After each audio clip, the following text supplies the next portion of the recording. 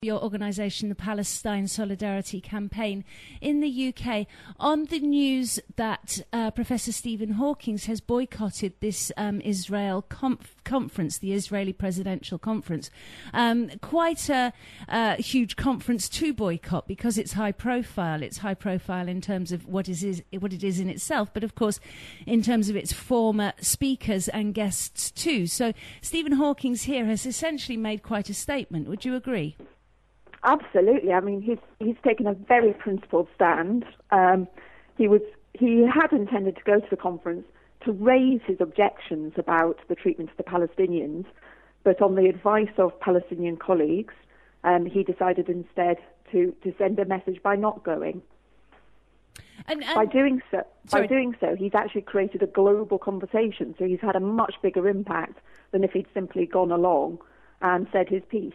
Right, and that's a fascinating point of all this, because those who are disappointed, dismayed by his decision are saying, what a great pity, because he's missed the opportunity to have his platform. But as you've just quite rightly pointed out, this is a bigger conversation than had he taken the opportunity, because many of those who would have taken no notice of the convention, of the conference itself, can not help but to notice this in the press. Absolutely, and what Professor Hawking has also done is he's put the Palestinians absolutely centre stage rather than the Israelis. It's in a way it's not really about Israel, it's about Palestinian human rights and the fact that they're living under occupation and oppression, and they've actually called for us to support their call for boycott, disinvestment and sanctions, and that is precisely what Professor Hawking is doing in this very principled way. Now, what do you know of his stand on the Israel-Palestine? I mean, it's clear, obvious from this this particular action what his stand is. But were you aware of him having particularly strong views as an organisation, as such as that you are at the Solidarity Campaign for Palestine? Well, we had received his letter in advance. I wasn't aware of it a long time before. It's not a big surprise to me. He's a very rational man. He's a very principled man. It's actually interesting that the man, Professor Higgs, who came up with the Higgs bosom, has also refused to go to Israel. So he's not the first major scientist to take this position. In fact, there are a number of scientists and other academics who sometimes very quietly, but nevertheless refuse to go to Israel.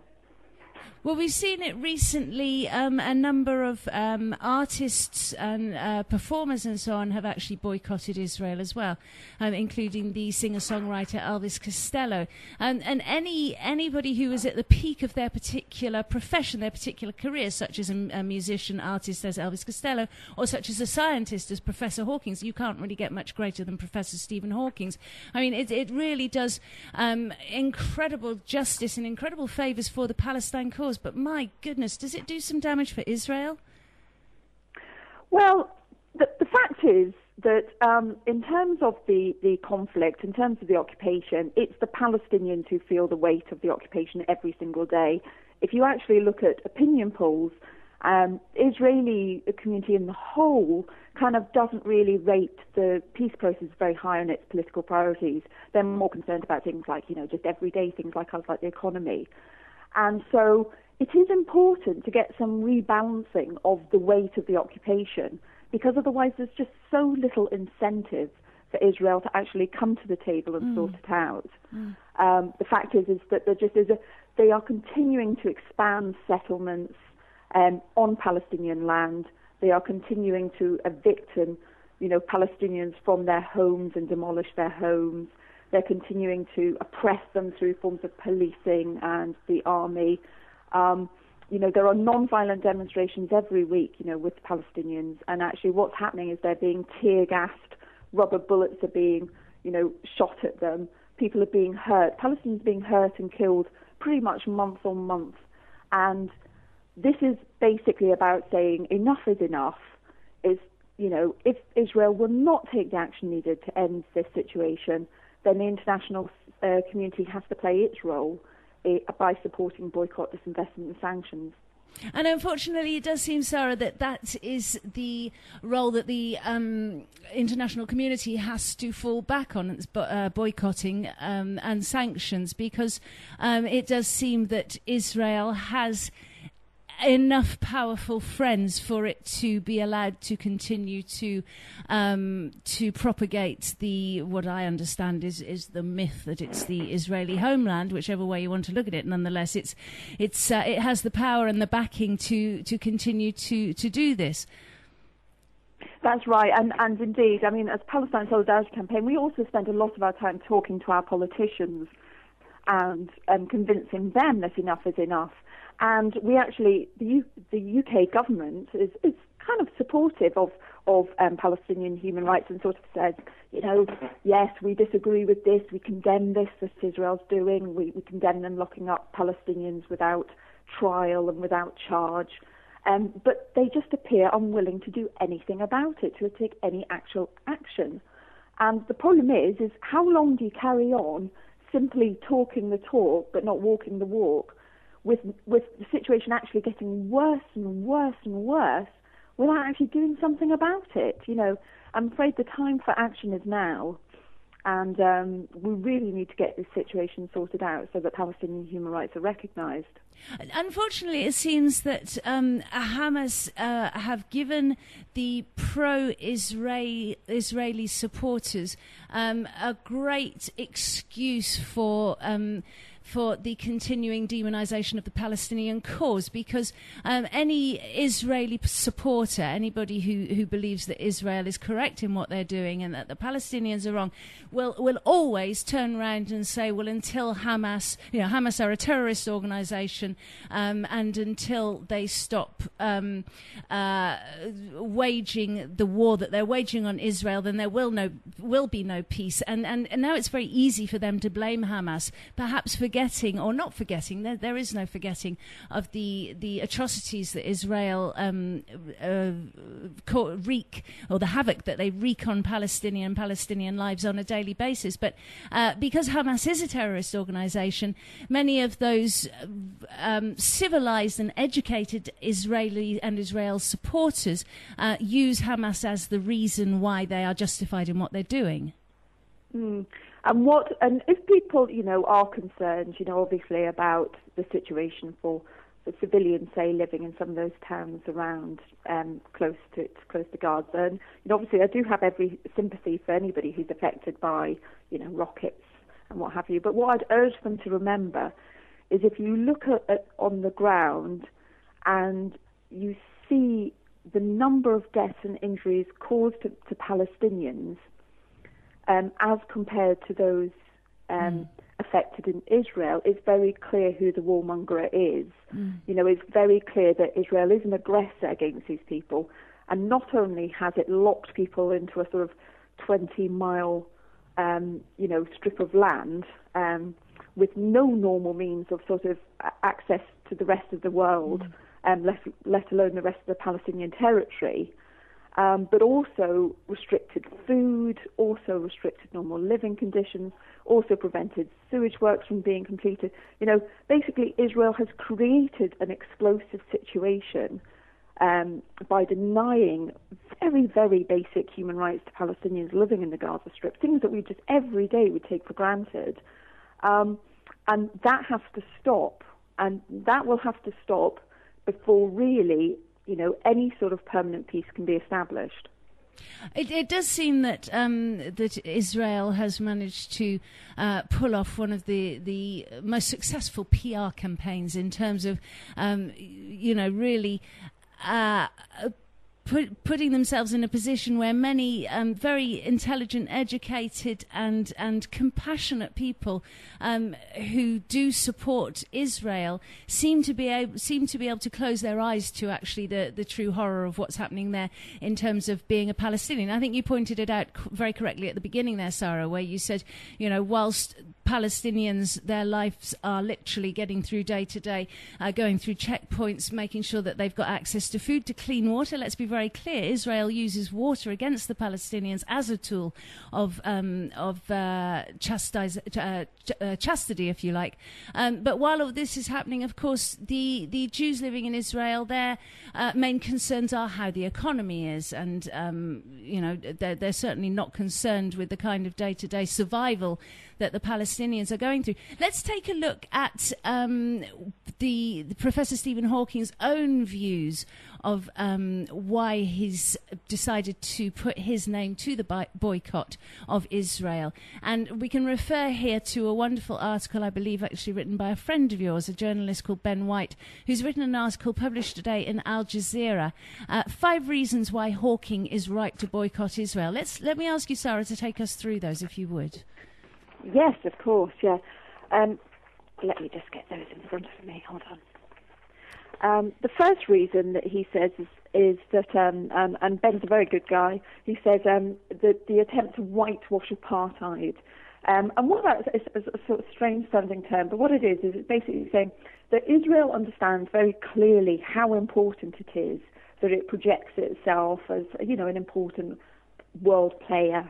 That it's kind of doing the right things in terms of technology and everything, great white heat of technology, Israel, and basically create a brand which is very separate from its image, which most of us are aware of as an oppressor and an occupier.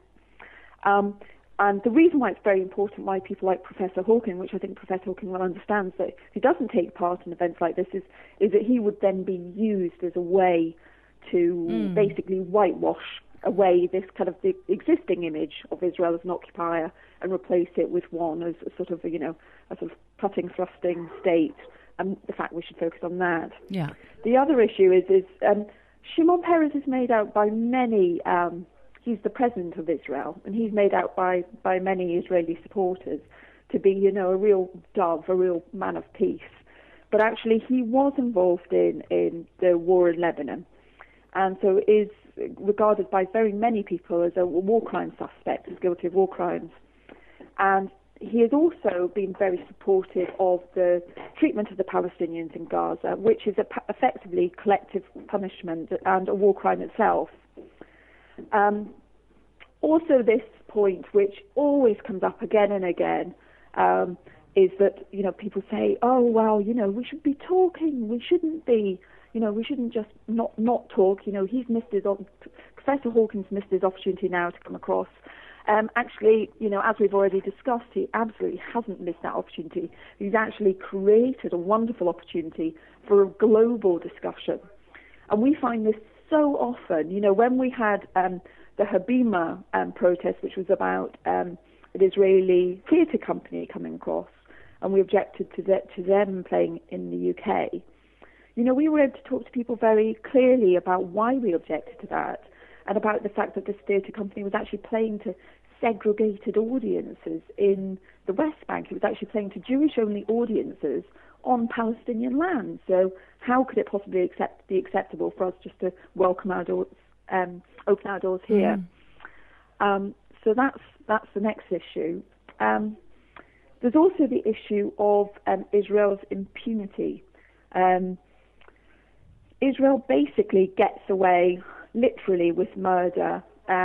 Even the United States State Department speaks of the institutional discrimination faced by Palestinian citizens, including Palestinian citizens that live within Israel. And there are many forms of apartheid in the West Bank, where Palestinians are not allowed on certain roads, not allowed on certain buses. They're not allowed access to their own water supplies, which is then filtered off to settlements. They're removed using the execution of military orders from their land, and whilst they're removed from their land, illegal settlers then come and take it. So all these things are going on which are entirely unacceptable, and nothing is done. And that's why we must support boycott, disinvestment and sanctions. And undoubtedly the most important reason is because Palestinians have asked us to. The vast majority of Palestinians support boycott. It has overwhelming support in Palestine itself. And the reason is because the Palestinians recognise that they cannot resolve this problem alone. They need international support. They have made the call in a similar way that was made by black South Africans and white South Africans in solidarity with them, to say, good people cannot stand by and let this go on. It is time to boycott, disinvest, and use sanctions in order to change the state's behaviour. And that's what needs to happen now. Israel needs to change its behaviour so that Palestinians are given full access to their rights. I think that's a very important point, Sara, that as we see sanctions in other parts of the world against other regimes, and one has to question them, because clearly those aren't going to affect the regime, but they are going to affect the people on the ground, such as sanctions against North Korea, sanctions that we've seen against Iran and so on over the years. But this is a very specific situation. The Palestinians are already hugely compromised within their own lands, and they're asking for sanctions because they have nowhere else to turn. We should respect that. Absolutely. I mean, I think it's patronising in the extreme to say that boycotting Israel is not in the Palestinians' interests. They've weighed up the decisions themselves.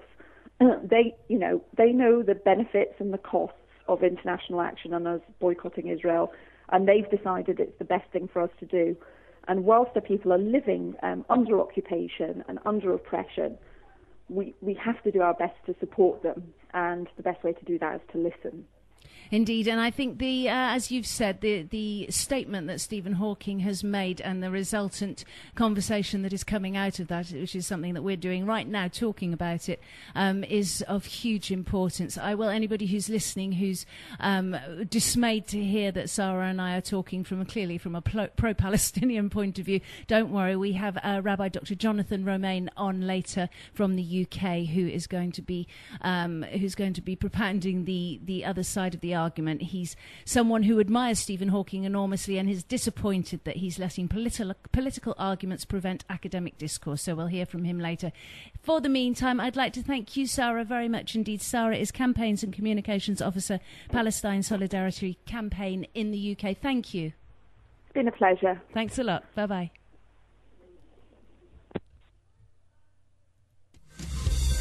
This is iTalk FM. Imagine that water from the shower would make your skin come off. That is what happens to those suffering butterfly skin. Deborah Spain, the Butterfly Children Charity, organizes a charity golf